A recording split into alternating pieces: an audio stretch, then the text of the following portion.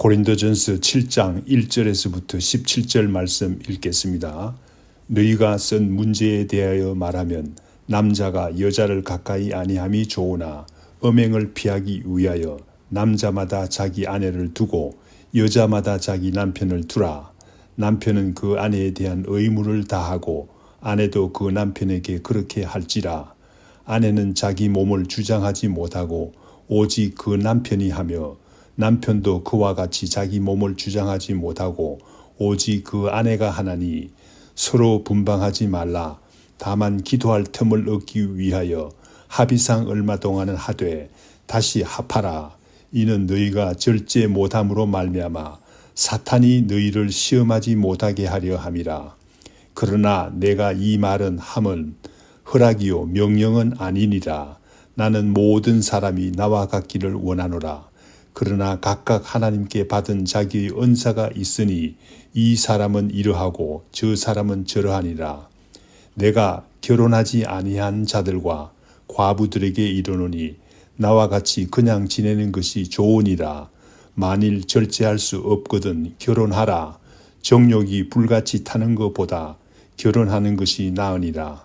결혼한 자들에게 내가 명하노니 명하는 자는 내가 아니요 주시라. 여자는 남편에게서 갈라서지 말고 만일 갈라섰으면 그대로 지내든지 다시 그 남편과 화합하든지 하라. 남편도 아내를 버리지 말라. 그 나머지 사람들에게 내가 말하노니 이는 주의 명령이 아니라 만일 어떤 형제에게 믿지 아니하는 아내가 있어 남편과 함께 살기를 좋아하거든 그를 버리지 말며 어떤 여자에게 믿지 아니하는 남편이 있어 아내와 함께 살기를 좋아하거든 그 남편을 버리지 말라. 믿지 아니하는 남편이 아내로 말미암아 거룩하게 되고 믿지 아니하는 아내가 남편으로 말미암아 거룩하게 되나니 그렇지 아니하면 너희 자녀도 깨끗하지 못하니라. 그러나 이제 거룩하니라. 혹 믿지 아니하는 자가 갈리거든 갈리게 하라. 형제나 자매나 이런 일에 구애될 것이 없느니라. 그러나 하나님은 화평 중에서 너희를 부르셨느니라. 아내된 자여 내가 남편을 구원하는지 어찌 알 수 있으되 남편된 자여 내가 아내를 구원하는지 어찌 알 수 있으리요. 오직 주께서 각 사람에게 나누어 주신 대로 하나님이 각 사람을 부르신 그대로 행하라. 내가 모든 교회에서 이와 같이 명하노라. 아멘. 오늘 본문 말씀은 우리의 삶을 통해서 하나님께 영광 돌리기 원하는 성도들에게 주신 말씀입니다. 바울 사도가 우리에게 주신 우리가 어떻게 올바른 부부관계를 통해서 하나님께 영광 돌릴 수 있는가에 대한 교훈입니다. 오늘 말씀의 교훈의 배경은 고린도전서 6장 12절과 20절 말씀이 되겠습니다. 이 중 두 중요한 구절의 말씀을 읽겠습니다. 6장 12절 말씀. 모든 것이 내게 가하나 다 유익한 것이 아니요 모든 것이 내게 가하나 내가 무엇이든지 얽매이지 아니하리라 라는 말씀과 6장 20절 말씀. 값으로 산 것이 되었으니 그런즉 너희 몸으로 하나님께 영광을 돌리라 라는 말씀입니다. 우리 몸을 하나님의 영광을 위해서 사용해야 된다는 사실이 이 말씀의 주제입니다. 또한 모든 것이 가하나 다 유익한 것이 아니요 모든 것이 가하나 무엇이든지 얽매이지 아니하리라 라는 유연성을 가지고 오늘 본문 말씀을 받아들여야 되겠습니다. 1절 말씀에 보면 고린도 교회 성도들이 문제가 된 것을 바울에게 물었습니다. 정확한 질문이 무엇이냐는 결코 알 수 없습니다. 그러나 바울의 대답을 통해서 유추할 수 있습니다. 바울의 대답은 남자가 여자를 가까이 아니함이 좋다고 합니다. 남자가 여자를 가까이 아니하는 것이 항상 좋지 않은 것은 아니죠. 하나님께서는 남자와 여자를 만드셨습니다. 남자가 그의 아내와 합하여 둘이 한 몸을 이룰지로다 라고 하시고 복 주신 분이십니다. 그러나 2절 말씀에 바울의 대답으로 보건대 바울이 말하는 남자와 여자의 관계는 하나님께서 복 주신 부부관계를 의미하는 것이 아닙니다. 고린도 사회에 만연하고 있던 올바르지 못한 성관계와 관련이 있는 것으로 보입니다. 2절 말씀에 음행이라는 말은 포르노라는 헬라어의 복수형입니다. 포르노라는 말은 어떤 의미가 있습니까? 성관계를 통해서 돈 받고 파는 행위를 말합니다.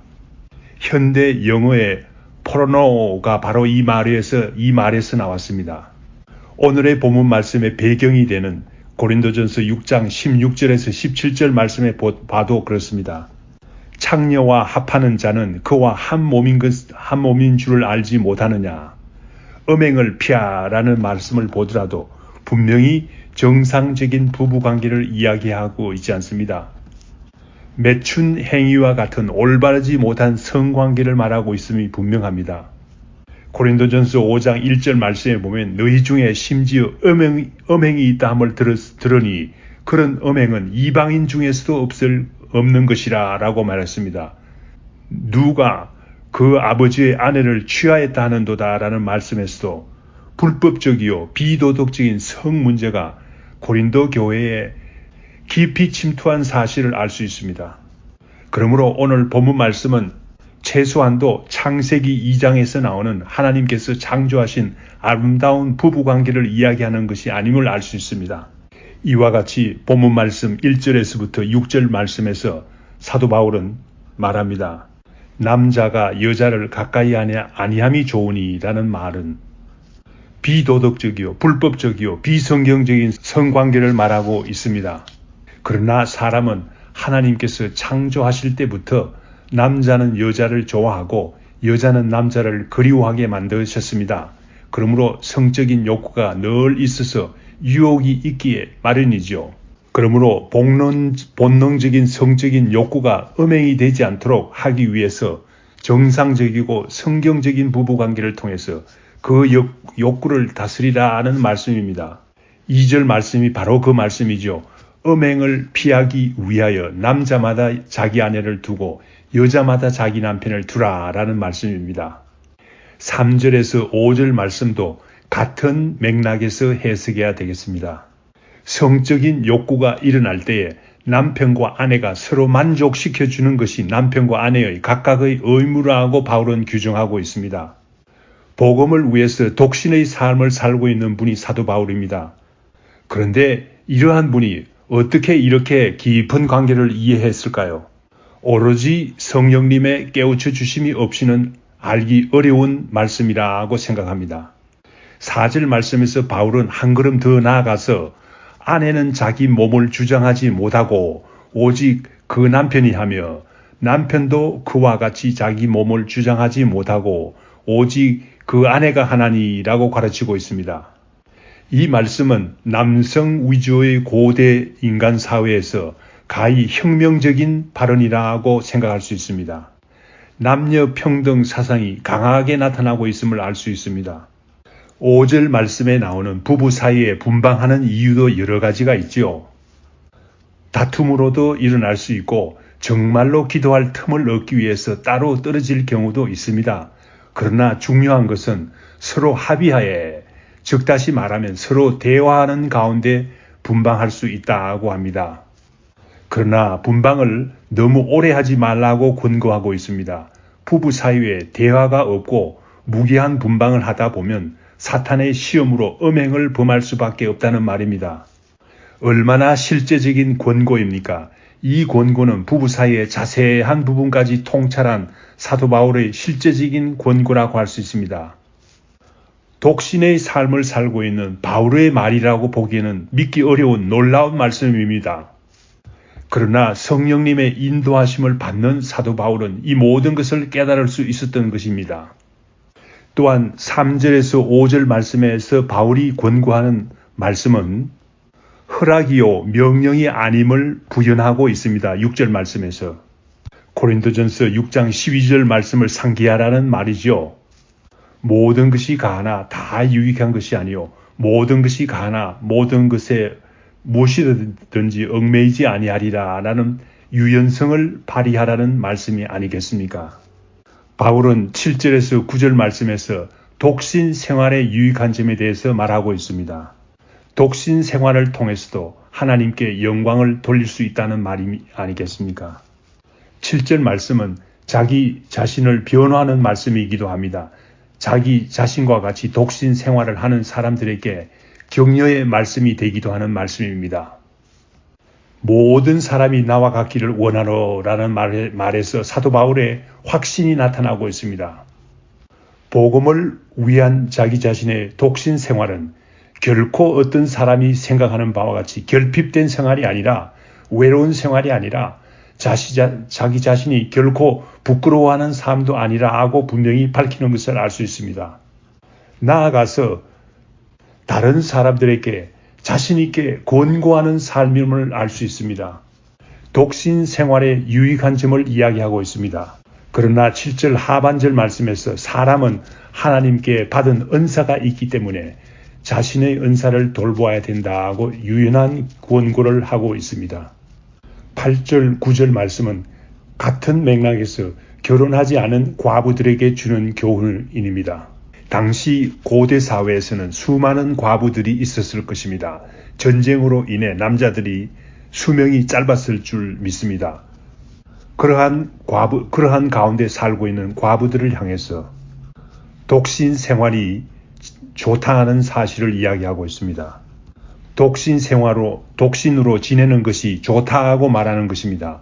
그러나 만약 절제할 수 없거든 결혼하라고 분명한 권고를 함으로써 결혼의 유익을 무시하지 않고 있는 것입니다. 본문 말씀 10절에서 11절 말씀에서는 한 번 결혼했으면 갈라지지 않는 것이 성경적인 원리라는 사실을 강조하고 있습니다. 결혼한 자들에게 내가 명하노니 여자는 남편에게서 갈라서지 말고 라고 말하고 있습니다. 주의 명령이라고 말하고 있습니다. 그러므로 결혼한 사람들은 갈라서지 않는 것이 성경적인 원리인 것을 알 수가 있습니다. 여자는 남편에게서 갈라서지 말고 남편도 아내를 버리지 말 것을 가르칩니다. 주님께서 이렇게 명령하셨다고 확실하게 권고합니다. 그러므로 어쩌다가 갈라선 경우에도 다시 합하는 것이 가장 좋은 길이라고 가르치고 있습니다. 12절에서 16절 말씀에는 문제가 있는 경우에도 이혼하지 않는 것이 좋다고 가르치고 있습니다. 형제나 여자에게 믿지 아니하는 아내나 남편이 있는 가정이 있습니다. 믿음 생활이 너무나 다르기 때문에 갈라져야 될 것 같이 보이기도 합니다. 그런데 놀랍게도 믿는 형제, 믿지 아니하는 아내가 갈라지기를 원하지 않는 것입니다. 또한 믿는 여자에게 믿지 않는 남편이 갈라지기를 원하지 않는 것입니다. 그러한 경우에는 같이 살고 이혼하지 않는 것이 좋다고 바울은 권고합니다. 왜 그런고 하니 같이 살면서 믿지 않던 남편과 아내가 믿게 되고 거룩한 백성이 되는지 어떻게 알 수 있느냐고 반문합니다. 우리의 삶이 하나님의 영광을 위해서 살아야 된다는 말씀이 아니겠습니까? 믿지 않던 남편과 아내가 믿게 된다면 얼마나 하나님께 영광이 되겠습니까? 이 말씀을 자세히 살펴보면 이 말씀은 주의 명령이 아니라고 말함으로써 주님께서 다르게 이야기한 것 같이 말하는 것 같이 보입니다. 그러나 그렇지 않죠. 바울이 그렇게 말한 이유는 이러한 특별한 경우에는 주님께서 언급하시지 않았다는 말입니다. 바울이 이렇게 말하는 데는 이유가 있습니다.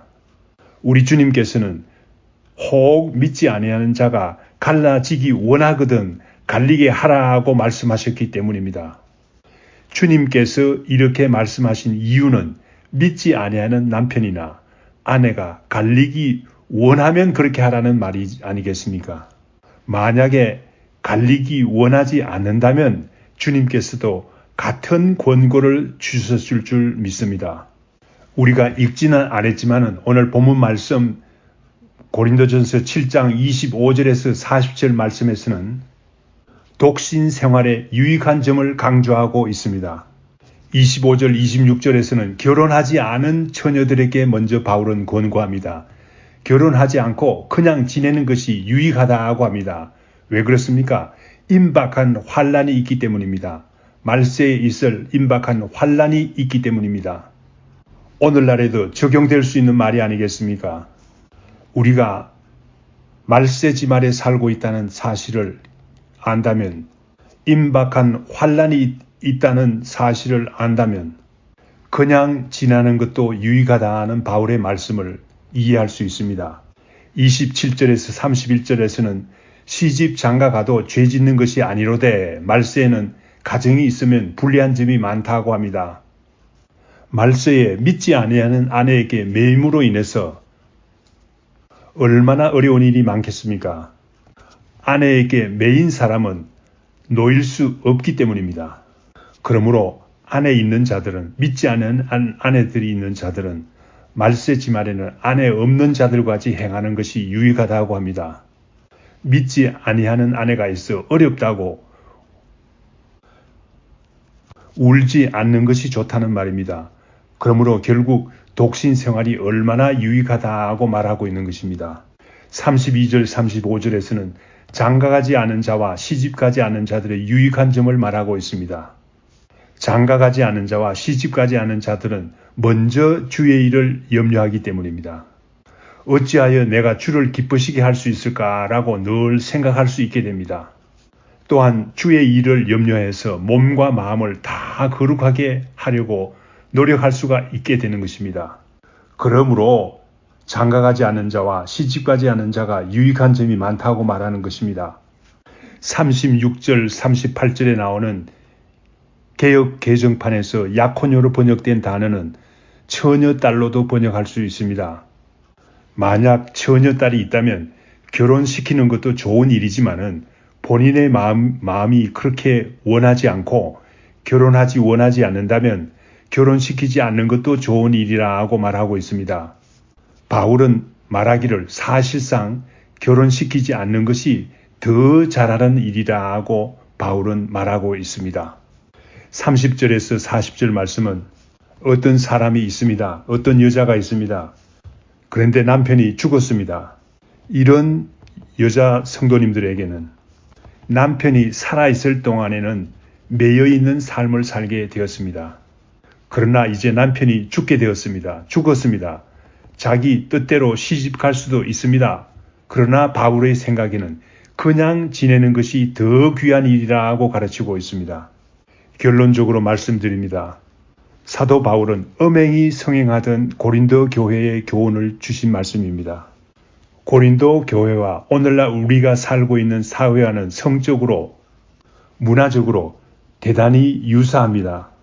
그러므로 오늘 본문 말씀은 우리에게 주신 교훈의 말씀이 되겠습니다.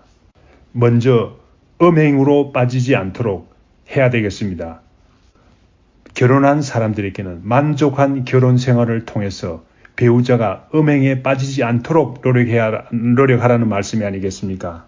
독신 생활을 하나님께서 허락하신다면 더욱 주의 영광을 위해서 살기 위해서 애써야 된다고 사도 바울은 밝히고 있습니다.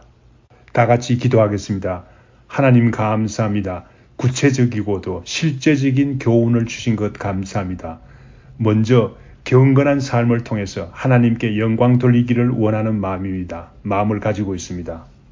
우리 몸을 통해서 주님께 영광 돌리기를 원합니다. 우리의 결혼 생활을 통해서 주님께 영광 돌리기 원합니다. 또한 우리의 독신 생활을 통해서도 더욱더 주님께 영광 돌릴 수 있도록 인도하여 주시면 감사하겠습니다. 이 모든 말씀 예수님 이름으로 기도드립니다. 아멘. 하늘에 계신 우리 아버지여, 이름이 거룩히 여김을 받으시오며 나라의 임하옵시며 뜻이 하늘에서 이룬 것 같이 땅에서도 이루어지이다. 오늘날 우리에게 일용할 양식을 주옵시고 우리가 우리에게 죄 지은 자를 사하여 준 것 같이 우리 죄를 사하여 주옵시고 우리를 시험에 들게 하지 마옵시고 다만 악에서 구하옵소서. 대개 나라와 권세와 영광이 아버지께 영원히 싸움나이다. 아멘.